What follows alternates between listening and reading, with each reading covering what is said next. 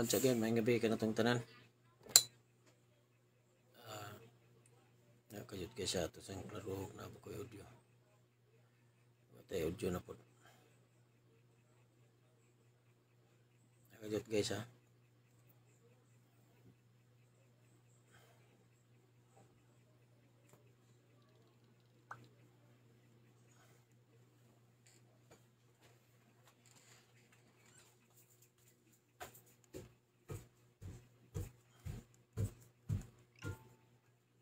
napaka ko yung audio dia. So yan na itong napaka audio. Na di audio.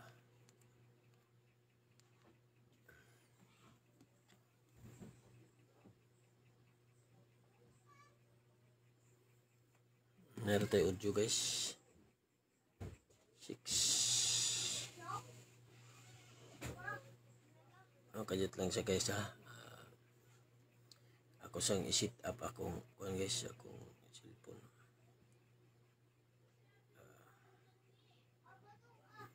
Hinay kay mga signal ako guys.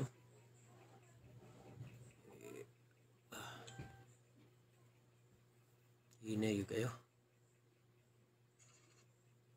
Akong mga live kato pang mga kagahapon. No? Ito sa nang kuan guys ha. Sang kuan saan ni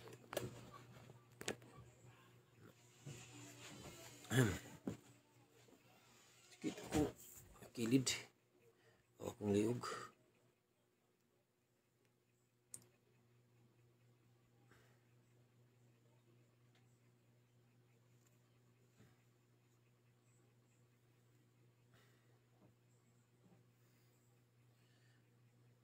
kajat kaibigan.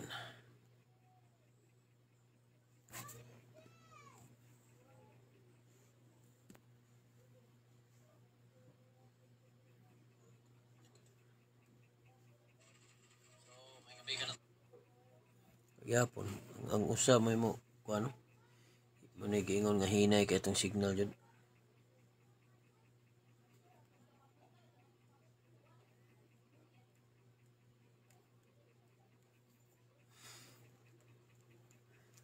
Abot gamay lang guys ha.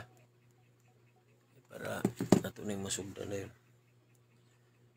Ang kuanon guys. Pasensya na mo guys kay hinay kay lagi itong signal sa kunang ginagperting hinaya itong signal jud no.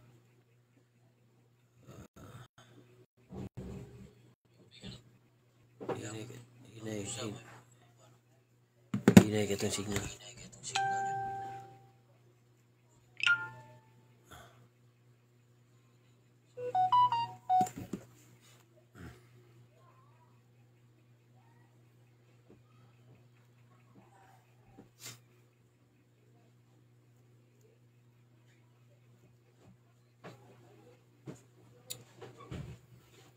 So, may gabi ka na itong tanan. January 8, 2024.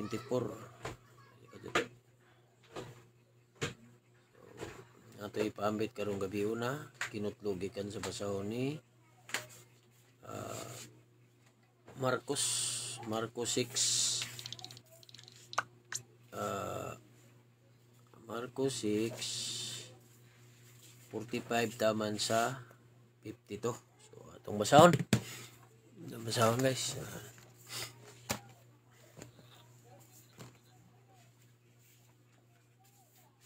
Naglakaw si Jesus sa dagat.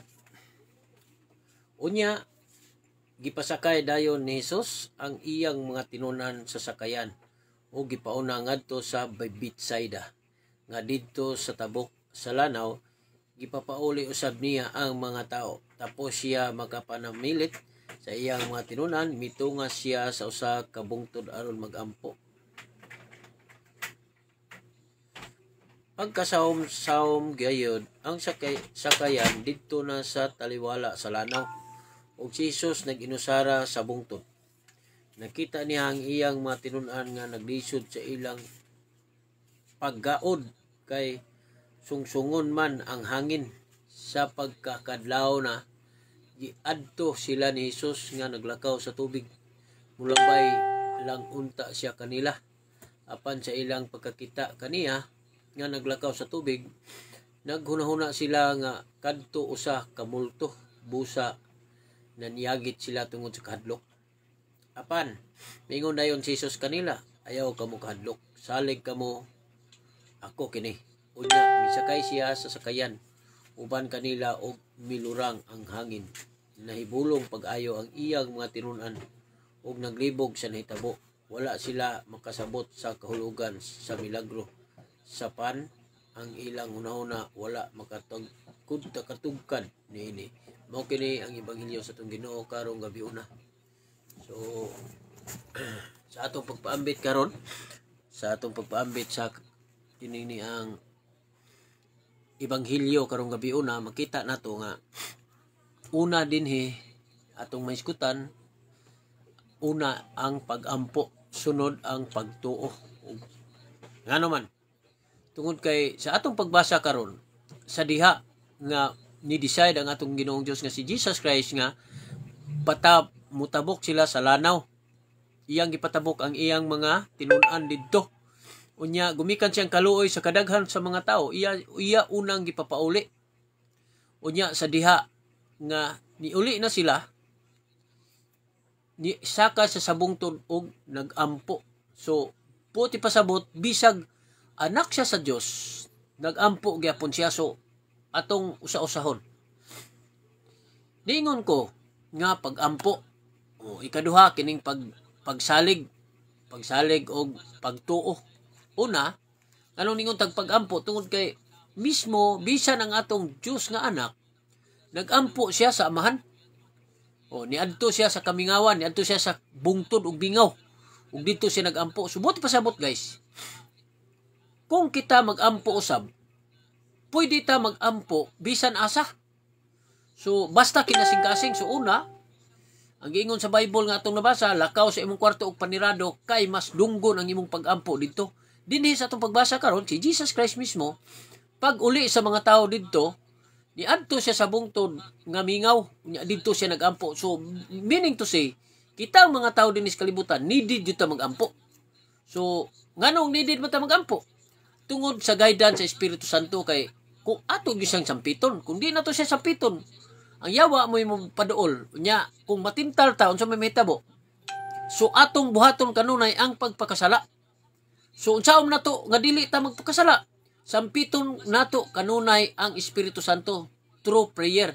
Kay mismo gali si Jesus Christ nagampo nga anak siya sa Dios. So needed yun yung pag-ampo, bisag asa ta, bisag kita, samuta kitang yanong lungsuranon, mag-ampo kita sa Diyos nga mahan, nga tabangan ta, o guidan ta kanunay sa itong pangadaw-dawang gibuhaton, ipalayo ta sa kadautan, makaresista sa temptation, sa yawa, sa mga daotang espiritu.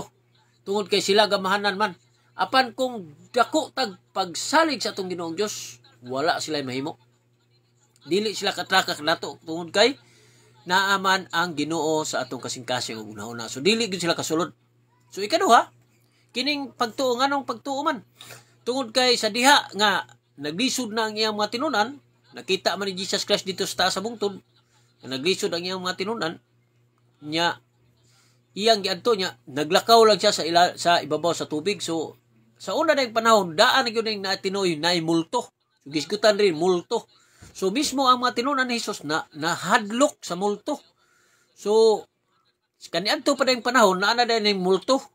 Pero unsa man ning multo, daotang espiritu man kining multo. Kay manghadlok man siya nato. Kung kita mahadlok, wala na. Pero kung dili ka mahadlok, walay multo.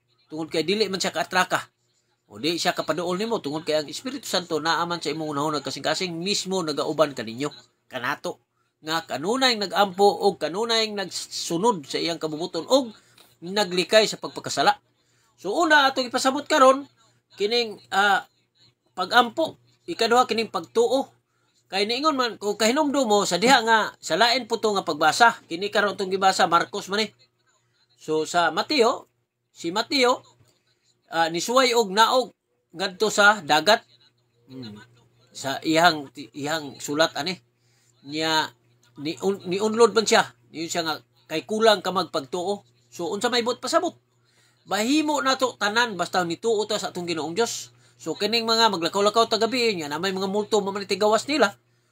So dili sila kadaog sa atong pagtuo tungod kay ang Ginoo naa man kanunay nagkuyog kanato. Wala na ta kita. Pero naa nagakuyog pirmi nato ang kining Espiritu Santo tungod kay ang Espiritu Santo mao may nag-guide kanato sa everyday nato nga kining atong gipanghimo, kining atong mga lakaw, kining atong mga gipangbuhat, basta nagsunod ta sa kabubuton sa Dios. Pero og naghimo ta og mga butang nga supak sa kabubuton sa atong Ginoong Dios, nagtuo day mo nga naa ang inyong sa ang Holy Spirit sa inyong kasing-kasing. Naa pero naa sa kilid. Wala nakasulod, wala ninyo gipahari.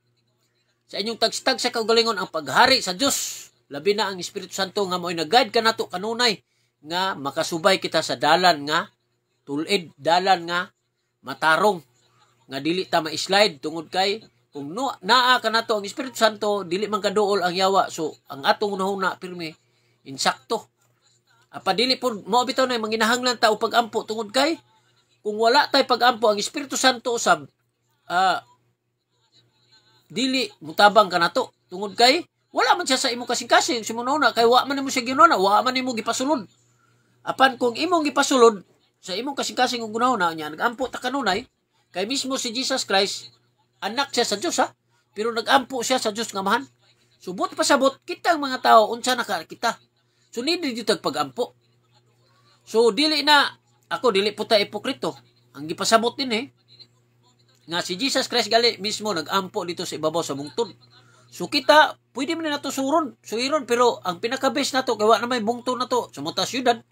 Sulod na kita sa kwarta og manirado, mas dunggon pa sa atong Ginoong Dios ang atong pag-ampo kaysa muadto tag simbahan apan pakitang tao lang nya sa ingon sa pare.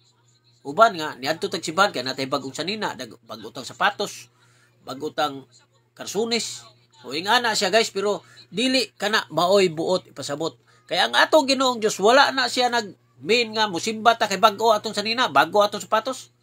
Ang iyang gusto bag-o natong kinabuhi, bag-o natong pagkatao, bag-o natong kabag-uhan nga dili ta maghimo og mga kasalanan og supak sa kabubuton sa atong Ginoong Dios.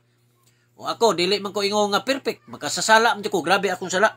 10 commandments apan sa diha nga ni-decide ko nga magsunod o magtuman ko sa unsay akong misyon nga gihatag sa atong Ginoong Dios gawas sa pagkapulis. Ni magsangyaw sa may balita o mag-remind sa atong mga kaigsuonan nga ang atong binuhatan usa nga makaluwas kanato. O kay ibalik man didto ining ukab sa libro, ibalik ang imong mga binuhatan dis kalibutan, mao nay usa nga basihan sa atong kaluwasan. Kung mabutang pa ka sa left side sa atong Ginoong Dios nagatubang siya nya kung magatubang kaniya right side sigurado na impierno ka tungod kay nahisulat sa balaang kasulatan ako ning ibalik-balik para makabantay yun ta. Pero unsa may gibuhat sa mga tao karong panahon na nahibalik ang panahon ni Noe og ni Moises og ni kitsa pa ni Lot nga sigig istoryang magbago ta maski si Noe magbago ta kay suko ni kayo ang atong Ginoong Dios tungod sa atong mga gipangbuhat nga mga sala dinis kalibutan gawa na tay kahadlok niya. Unsa may gingon sa mga tao buang na tawana tungod kay gahimo siya arka didto sa babaw sa bungtod nga di man gyud na malutaw, di man gyud na hitabo nga malutaw tungod kay ibabaw sa bungtod gud naaday tubig dito. O diha nimo makita mo nang karon sad guys, bisag unsa na tug sangyaw sa mga balita gawas ni adtong gihikap sa Holy Spirit ang ilang tagsa ka kasing-kasing, maminaw jud na sila sa pulong sa Ginoo kay ang giingon din na sa atong Ginoong Dios mas bulahan kay may naingon nga mas bulahan ang imong inahan nga nakaanak kanimo. Unsa may giingon sa atong Ginoong Dios, mas bulahan hinon kadtong nagsunod sa kabubuton sa Dios ug nagbuhat nini. So dili di ay bulahan kadtong mga tao nga nagpakitang tao lang nga naghiskot og Ginoo apan gahimo gyapon mga butang nga dili maayo. So before tan padayon ato dayon greet si Cap Bro Raiden, si Cap Idol nako. So kini si Cap Idol nako kay love ni nako kay during the time nga na-assign ko sa Tabugon makasasala man tag maayo, grabe itong sala tanan itong gisupak. So gikaluyan sa Ginoo pagka 2014 guys, gini akong testimony no. Imposible kayo nga si 2014 Niadtong panahon na-assign ko sa tabuilan, ako hipi dito. Di na ko kaginhawa niya, naitingog ako madungog, asa na akong mission. Ningon ko nga Lord, makatuman ka ako sa akong mission, nga grabe ni akong mga sala. Grabe akong weakness. Pero ningon, sa akong unahuna, sa tulog adlaw, ningon ko, sige, ako ning tumano Lord, pero tabangi ko, nga mabalik ko sa mga station, nga diin dito ko nagpakasala kaniadto. So, mutuo mo sa dili, guys. Una na kong hipi, tuburan. Pero nga nung nakabalik kong tuburan, ikaduha na kong hipi sa tuburan, nabutang ko og kining dumanhog. So, human sa katong sa dumanhog, wala kay ko nagpakasala dito. Pagkahuman, nabalhin ko og tabugon og balik mga 2016. So, mostly sa mga hipi nga ma-assign sa mga lungsod, dili gyud sa mabalik. Apan ako gikaluyan ko sino kay niingon man ko Lord. Tabangi ko Lord bi kanang makabalik ko atong mga lungsod nako nga dito ko nagpakasala niya. Ako ma-recover. So katawag man silang si Bro Raiden, si idol ko si Cap nga pagbalik na ko tabugon naghatag na kong mga CD. So di sila magtuo nga mabag-o ta, pero walay lain magkapabag-o na to guys. Kitara mismo ikaw sa imong kaugalingon.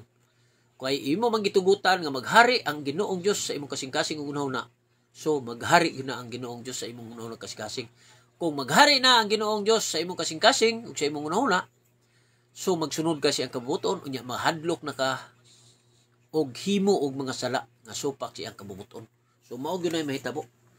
So wala ko niingon nga perpeko apan sa ako mga sala nga tinuyuan kanadto gikan sa 2014. So wala na gyud ko ka commit og mga sala, labi na ning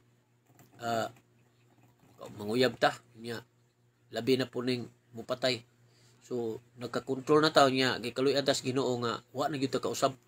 Pero wala ta ingon nga di na ta mausab, pero sa atong kasing-kasing kay sa among trabaho magpinusilay, di man ta ka-sure nga kuan kanang mamatay ang atong pinusilay. Pero mutuo mo sa dili guys, sa mga experience nako mga most wanted nga moingon nga di na mo kuan kanang musukol jud dili pa dako buhi, pero kalayan sa Ginoo ako gyud kapabor. So kay og nisukol siya niya naigo pugo wa pa ko mahimo mupusil po ko niya. Pero so far sa mga ngilngig ako gipangdakop nga most wanted number 1 nga murderer katong dito kos Medellin, dakpan ako sa Negros, sukol to siya pero wa jud siya kasukol. So niingon pa ang mga SWAT dito kay nahimo na siyang hard killer, pero wa jud po sila ka ako gyud una gyapon kasulod sa balay nga iyang gitaguan. So ingana ka ligon ang gahom sa atong Ginoong Dios. So basta dako tag pagsalig. Kaya ako man yung po inigrade nako nga Lord. Dibuhi ra man ning istorya nga dili siya magpadakop buhi. So Lord, akong pangayoon nga dili siya makasukol para makabag-o siya sa iyang kinabuhi sama kanakong makasala nga naka-recover o nakabag-o sa akong kaugalingon. So tanan akong mga most wanted nalipay ko nga naapoy nagbag-o. Katong mga most wanted sa Medellin nga sa drugs ko naapoy na nga bag-o nila. Pero wa na ta kabalo karon ug buhi pa sila. Nakabuhi naman to ug nagbag-o ba sila kinasing-kasing or wala, basta atong gipaambit ang pulong sa Ginoo nga giingon din na sa Holy Bible, mas hait pa sa duha ka suwab ang pulong sa Ginoo, mulagbas imong nahunag kasing-kasing. So kung imong tugutan nga maghari ang Dios nga Amahan, Dios Anak ug Holy Spirit sa imong kasing-kasing, imong gipahari sa imong kasing-kasing ug unahuna, so mahadlok na ka magpakasala. Mahadlok na ka mo commit og mga sala nga supak siyang kabubuton tungod kay kung maghimo kanini mo pahawaan man pud siya na pud siya skilid ang mupuli kato na pong dautan. Di pulis dautan sige na si kaghimo og mga dautan nga mga buhat. So pero kung magmahadlokon ka sa atong Ginoong Dios, makaresist ka sa temptation. Ako unsay ako gibuhat kay kita tagwapa mingon lay ta nga Lord tabagi ko Lord na napong yawa. So kalayo sa Ginoo nakaresist jud ta sa temptation. So hoping nga bata-bata pa man ko 47, so kaloy sa Ginoo nakakontrol na ta. So wala na po ta nag-apil og mga binuang niya kana ra man pud mga sala nga akong gibuhat kaniadto. Wa man pud taga nangayo mga kanang sa panada sa mga pulis nga uban nangayo anong mga illegal, wala pud ta na guys no. So sa atong pagpaambit karon ato naman gidiscuss about kini sa pag-ampo nga mismo gali ang atong Ginoong Dios nag-ampo. So Ginoong Dios nga anak, nag-ampo siya sa Dios nga Amahan. So kita mga tao needed jud ta nga mag-ampo usab para giyahan ta sa Espiritu Santo nga unsay atong buhaton o unsay insakto natong mga buhaton para di ta mahisalaag, dili ta maadto sa nagdilab nga kalay sa impierno. Ikaduha, pagtuo. Kay si Jesus Christ naglakaw diha sa ibabaw sa dagat, sa tubig. So kita ang tanang tao rin tundag mo yun. Pero siya wala. Mulabay regalo ta siya pero nahadlok ang mga tao tungod kay naay naglakaw nga tao sa ibabaw sa tubig. Unya iyang giingnan ayaw kamo kahadlok ako kini. So diyan nyo makita nga ang multo day naa tungod ang mga daotang espiritu kaniadto naa na gyud na siya. Kay sa atong nahibawan kini mga daotang espiritu katom ning mga anghel nga nisupak sa atong Ginoong Dios nga nikuyog ni Lucifer nya gipagtagak dinhi sa kalibutan. So nisupak sila nya katilaw sila lawas ng panginahanglan mao nang nanganak sila mga unsa-unsa. So naay mga daotan apoy mga maayo pero mostly parehas sa po natong tao daghang daotan daghan pong maayo pero mas daghan ang maayo nila, mas daghan pong maayo nato. So gamay ra gyud ning mga daotan pero gumikan sa kadaotan maamong ang uban. So sa sama-sama organisasyon sa PNP. So wala may mahimo kung ang among mga naa sa taas mga grabe kayo hingwarta wa gyud may mahimo ana. So ang gihatag nga bonus 20,000, ang gihatag sa mga 15,000. So pilay whole Philippines major pila ka buok kuwaag 5,000 per sus perting daghanan lang na savings katugaling sa 11 pesos lang sa whole PNP organization personnel. Nakatigom sila 11 million matag bulan. Pero karon kato perting mas dako pa ang ilang na tigom. Pero sige lang, musubalik naman nato inigabot sa panahon. Kaya ang uban bili, giyatagan magdakog bili ang mga katawhan, ang mga bandi din sa kalibutan. So ako dili po ko ingon ng ipokrito, pero naningkamot kong pangalot para bisa rin makatsamba. Puhon inigabot panahon, kita na po mabulahan. So daghan tag matabangan inigabot panahon. So ingana na to ka, bililo ng ato ang pagpaningkamot. So guys, diri na lang tataman. Nagpasalamat ako kaninyo kanunay sa inyong pagsunod og kanunay og pag-like og share sa atong pagpaambit sa pulong sa Ginoo labi na nga atong post sa alas 12 short Bible verse nga makatabang kanato og hinaot pa unta nga atong i-apply kini sa atong tagsa-tagsa kaugalingong pamilya sa atong tagbalay para naatay kalinaw sa atong pamilya. So ikabot sa panahon nga di na tuhibaw na atong kinabuhi, kuhaon na sa atong Ginoo itong Dios nga man ug anak. Wala makaadto kita sa gingharian nga diin giandam ni Jesus Christ kanato or kadto mga tao nga nagsunod sa iyang kabubuton og naminaw sa iyang mga pulong. So dinhi na lang tataman ato na ning tapuson pinagi sa pagampo in the name Father, the Son, Holy Spirit. Amen. Lord, ani na sab kami karon nagampo. Hinaut pa unta nga imong ipadala imong balaang espiritu aron pagiya kanunay kanako aron akong masabtan ug sa akong gibasa dinhi sa imong balaang kasulatan para akong pasabot ug among ma-apply sa among tagsa kakugalingon ug pamilya. Lord, hinaut pa unta nga pilikay mo sa mga kadautan ang among mga mahal sa kinabuhi, mga disgrasya, ang mga mahal sa kinabuhi labi na atong anak, inhan, amahan, igsoon, asawa, ba magpapa, lulog, lula, mga silingan, mga kaparintihan na makabantay unta kami kung anaan usab ang yawa, buot mo tintal ka na mo hinaut pa unta Lord. Ug usab ikapon mo kantong dunay mga balatian. Hinaut pa unta nga katong dunay mga balatian karon ikapon mo ilatag-tagsa ka kaugalingon para mamaayo sila. Tuman sila sa imong misyon na imong gihatag kanila. Kini among ipangayog pasalamatan pinagi ni Kristo nga among Ginoo. Amen. Amen ug amen. In the Father, the Son, the Holy Spirit. Amen. So thank you kayo sa inyong pag-like ug share no nya nitingog nga akong anak. Unya tingog man ang akong anak. Arisa Alisa, ina hello. Hello. Please follow me. Please follow me. Follow my vlog. Unsa man to imong vlog? Look, Alfred Grapa. Look, Alfred Grapa. Sige na, ina, bye-bye. Thank you. Bye-bye. Thank you. Ako magaingon kanyo, ang kalinaw sa Ginoo, magabanunta kanunay kaninyo. Tagstagsa ka galingon, tagstagsa ka pamilya, tagstagsa ka panimalay. Gandi sa soul og may gabi ka natutanan. Bye-bye. Bye-bye po. Bye-bye. Manto na po taugma guys. Thank you. God bless. Almost guy bigs. Oh my guys, at Domaluta.